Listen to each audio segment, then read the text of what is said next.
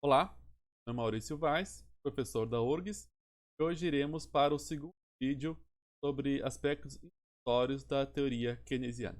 No vídeo de hoje falaremos mais especificamente sobre as divergências de Keynes com os clássicos, focando nas suas críticas em relação aos principais pressupostos da teoria clássica. Vamos lá. Vamos falar agora então sobre as principais divergências com os clássicos. Então, ele traz crítica aos principais pressupostos da teoria clássica que nós vimos anteriormente quando falamos da teoria clássica. Então, ele critica o pressuposto do pleno emprego de fatores, ele fala que a economia não necessariamente estará numa situação de pleno emprego, ele faz uma crítica à questão da flexibilização de preços e salários, embora ela, por exemplo, alguns autores novos keynesianos, eles são chamados de novos keynesianos porque eles falam que Keynes trata da questão da rigidez de preços e salários. Embora isso seja verdade, Keynes realmente fala da rigidez dos preços e salários, mas o Keynes vai além disso, né? Então, alguns autores novos keynesianos, eles ficam muito presos a essa questão de rigidez de preços e salários e não tratam de outros pressupostos importantes da teoria keynesiana, mas também ela existe. Ele também rompe com a questão da lei de Sé, entende que a lei de Sé vale apenas para um aspecto muito específico, a gente vai falar daqui a pouco, e esse aqui seria talvez um dos principais aspectos que é determinante para os demais, é o fim da neutralidade da moeda. Então a gente vai falar bastante sobre isso no próximo vídeo, que é um aspecto que merece uma atenção especial.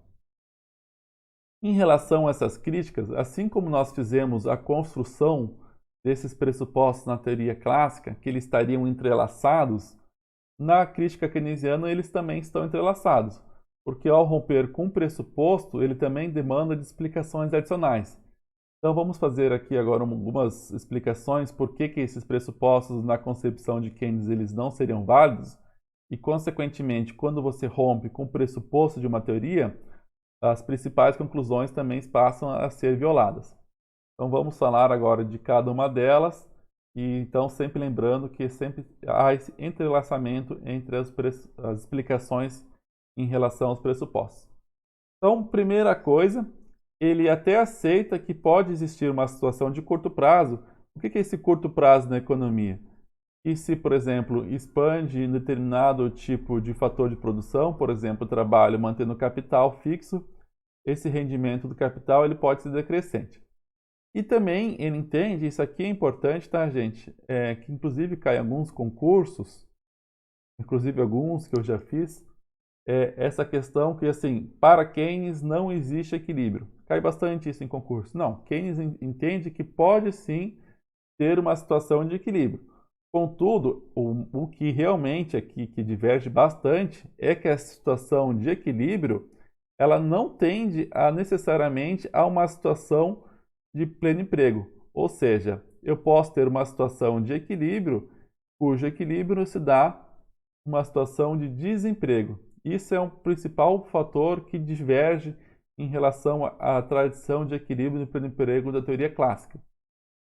E essa questão de curto prazo, embora ele admite que possa existir, ela não é essencial para a sua construção teórica, ela pode ser flexibilizada sem problema nenhum, diferentemente do que acontece para a teoria clássica, que é essa questão para determinar todos os seus modelos de construção, tanto, por exemplo, para o mercado de salário quanto para o mercado de recursos, essa situação de curto prazo ela é importante, né?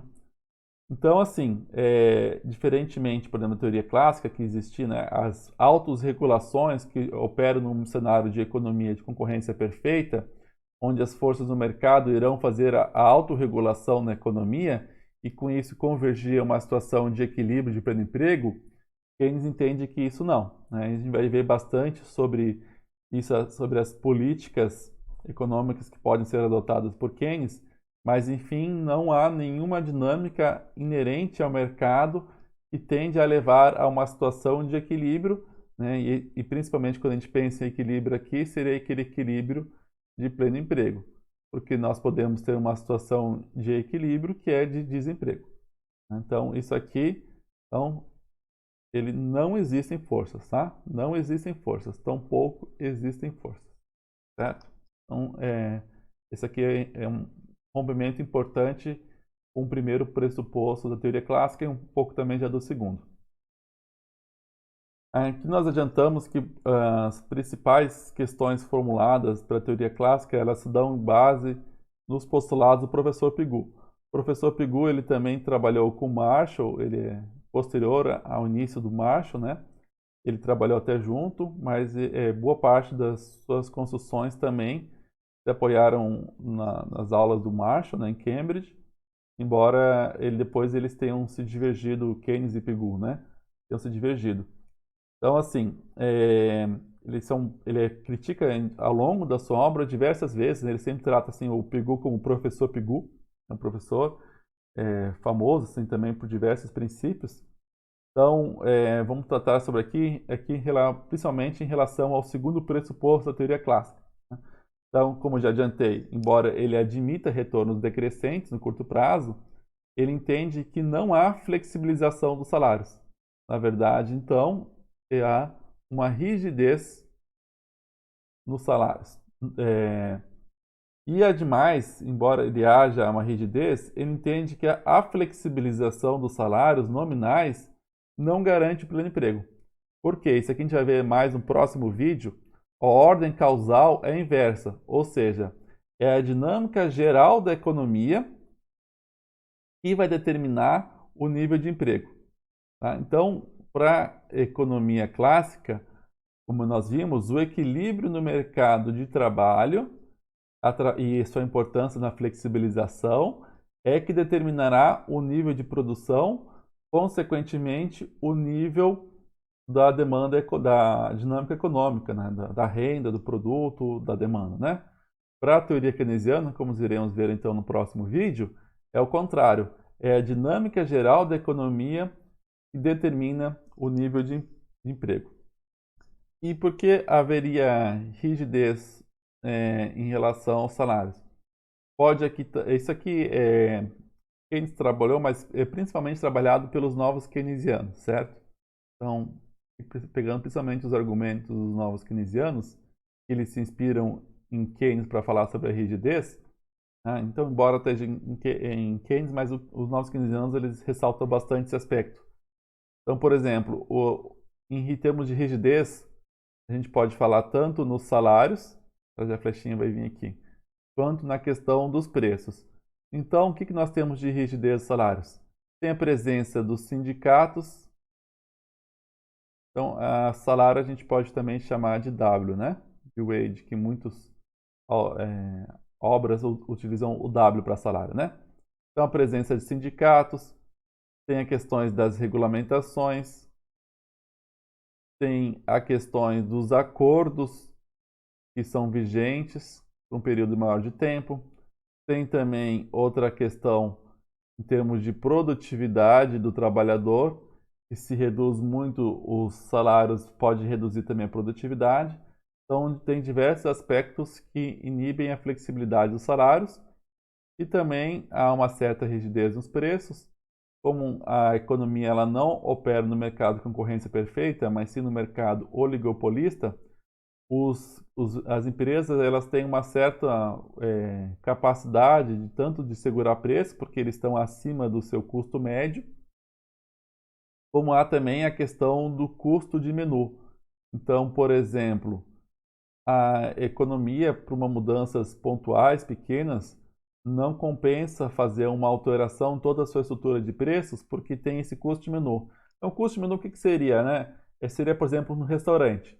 Então, uma pequena alteração nos seus custos não compensa fazer toda uma mudança na estrutura do cardápio, do menu do restaurante, porque isso ocorreria em custos maiores. Né? Então, tem essa simbologia do custo menu que cabe ao restaurante, mas isso vale para as empresas como um todo, né? Porque, por exemplo, não é por qualquer preço que uma empresa faz uma negociação com todos os seus fornecedores, com seus clientes, né? Sejam finais ou secundários, vai mudar toda a estrutura de preço. Então, essas combinações de fatores fazem com que haja uma rigidez nos salários nominais.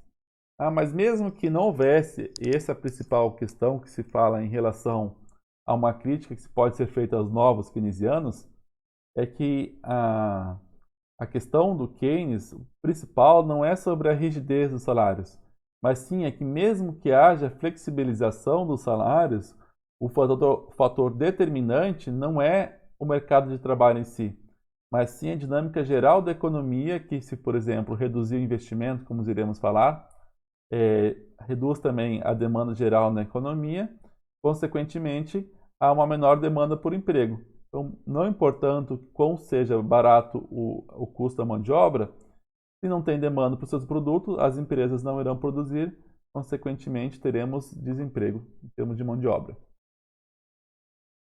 Então, nesse sentido aqui, em relação ao segundo pressuposto, ele também diverge que o emprego ele vai aumentar o desemprego, vai reduzir a demanda por desemprego, caso os trabalhadores aumentem o pedido em termos de salário real, né? Então, primeira coisa, assim, que na verdade, na prática, né, os trabalhadores eles não estão conseguindo estabelecer um salário real. O que eles estão disputando? Eles estão disputando, na verdade, os aumentos nominais, já que o preço futuro ele será determinado pelo empresário. Então, os trabalhadores eles disputam os salários nominais, que se dá de forma ex ante. Aí, uma vez que os trabalhadores, né, aí depender da presença de sindicatos mais fortalecidos, de regulações trabalhistas, etc., conseguir fazer um acordo com as empresas do seu salário nominal, os empresários, após esses acordos, né, normalmente eles têm uma vigência de 1 ano, eles fazem os ajustes no preço. Então, esse ajuste no preço, ele se dá, eu perdi aqui os demais, mas vamos lá. Esses ajustes no preço, ele se dá de forma ex post. Tá? Então, os salários são determinados ex ante, no momento dos acordos, e já o preço será determinado pelos empresários, de novo, a economia que opera numa situação de não concorrência perfeita, pode ser concorrência monopolística, oligopolista, eventualmente monopólio.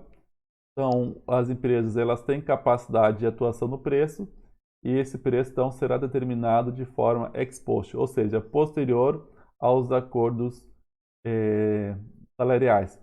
Consequentemente, o que eu quero dizer com isso? Os salários nominais são determinados por acordos entre empresários e trabalhadores, mas o salário real, de fato, é determinado apenas pelo empresário. Então, esse não será um fator determinante para o nível de emprego, reforçando, será sim a dinâmica geral da economia. Então, quando o Keynes rejeita os dois pressupostos iniciais da teoria clássica, ele aqui focando principalmente nesse último que falamos em termos de mercado de trabalho, passa a existir então a possibilidade de haver um desemprego na economia e o desemprego involuntário. Então, o que dizia a teoria clássica?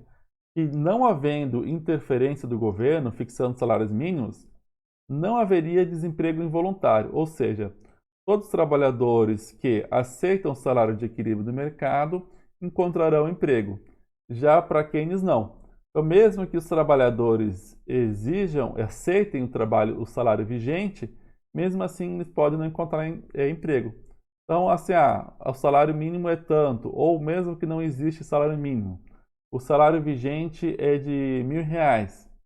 Aí tem gente querendo trabalhar, tem gente ofertando seu trabalho por R$1.000.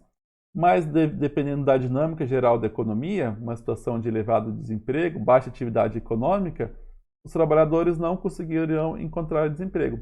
Ou seja, há sim um desemprego involuntário na economia. Agora, falando em relação ao terceiro pressuposto, que é a lei de Sé.